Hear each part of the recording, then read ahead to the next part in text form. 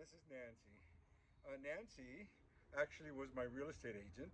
Want to introduce yourself a little bit? Um, yeah, my name's Nancy. I met Joe. He told me uh, when I got here today that it was 20 years ago that he purchased his home, which I find hard to believe. But then at the same time, when I think about it, it has been a lot has happened in between. But I met him when he was selling a townhome. He had to sell his townhome, and he told me, once I sell my townhome, I'll use you as my realtor to find and buy my house, and that's exactly what he did. Yes. And I remember, because I was at 1355 Loma. Right, right. And I actually sold my condo myself, which is, now that I'm in real estate, I know that that is not the good thing to do. But the only way I could buy something was to have enough cash. But at the time, Joe, I think it was okay. Yeah. It was a different market. It was a different market. Today's a little different. Yeah, right. Yeah. So like Nancy said, the reason why I really appreciate you coming out. I bought my house and I closed on May the 8th of 2001. So today is 20 years.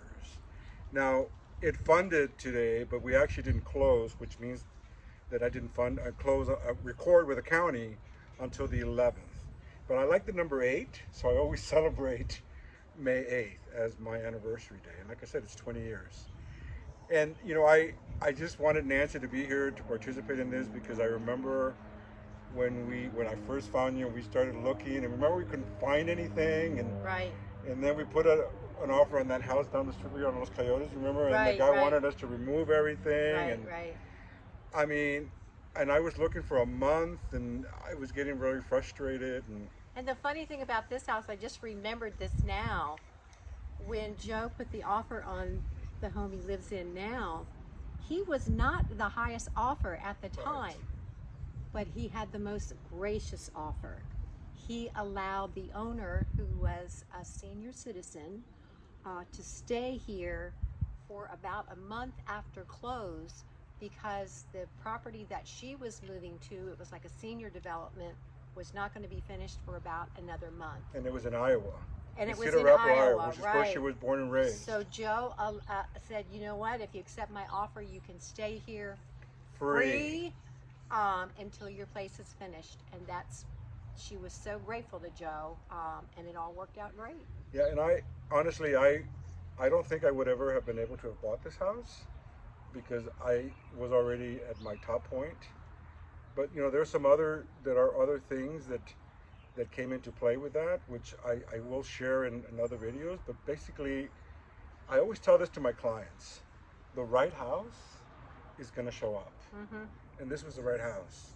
I mean, all the cards were in place. It spoke to you. It spoke to me. I mean, I prayed about it. I talked to God, which I do often. And the lady, with Janet Powell, it's worth mentioning her name. She's passed away now. But Janet and I kept in contact for several years after I purchased the house. She would send me birthday cards. I would send her birthday cards. She would send me Christmas cards. I would send her Christmas cards. One of the other things that I also wanted to talk about is that one of the things that was at the front of my mind was I wanted my first home purchase to be special.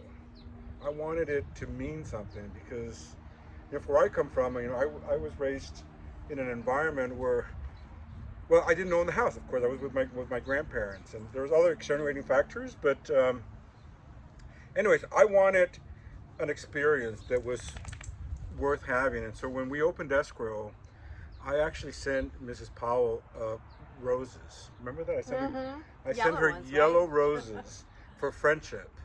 Because really it meant so much to me that she chose my offer, because like Nancy said, there were other offers that were higher, and I think she had an offer that was like $10,000 or $15,000 higher. Right, right. I mean, so I sent her yellow roses, and really it touched her so much. I mean, it's totally worth doing that. And I sent her another set of roses when we closed. And like Nancy said, I let her stay here in the house. I told her, you stay as long as you like. Because I knew that she was going back home to Cedar Rapids, Iowa, which meant that I had to, put my stuff in storage, stay somewhere else, but it was totally worth it.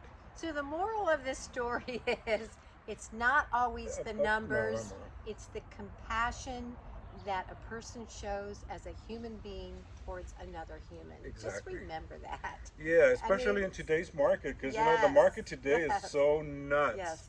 And people Crazy. get all caught up in the numbers and Right. you know, and that you got to overbid. You know, sometimes it's just Very emotional, but not the right kind. Yeah. The crazy kind. So, anyways, again, that's my story. I wanted to share that, and again, Nancy, thank you for coming out here and being a part of it. My pleasure. Nancy and I have remained friends ever since we closed. I mean, she's dear to my heart, and I think about her all the time. He drives his car through my neighborhood all the time because you know a lot of your friends are over. Right. So I see Joe quite a bit. You don't have your yellow car anymore, do you? I do not. That's how I used to know you were coming. So we should talk about that just slightly. When I bought the house was yellow. And so I was so excited, and there were also yellow roses along the side of the house. And so at the time I was working for a company called GSK, a pharmaceutical company, and it was time for me to order a new car. And I was so excited with the purchase of the house that I went out and I bought a yellow Ford Escape as a company car. And that was... It was an eye catcher. And it was just, again, extending the memory of purchasing this house. So. Anyways, thank you for listening.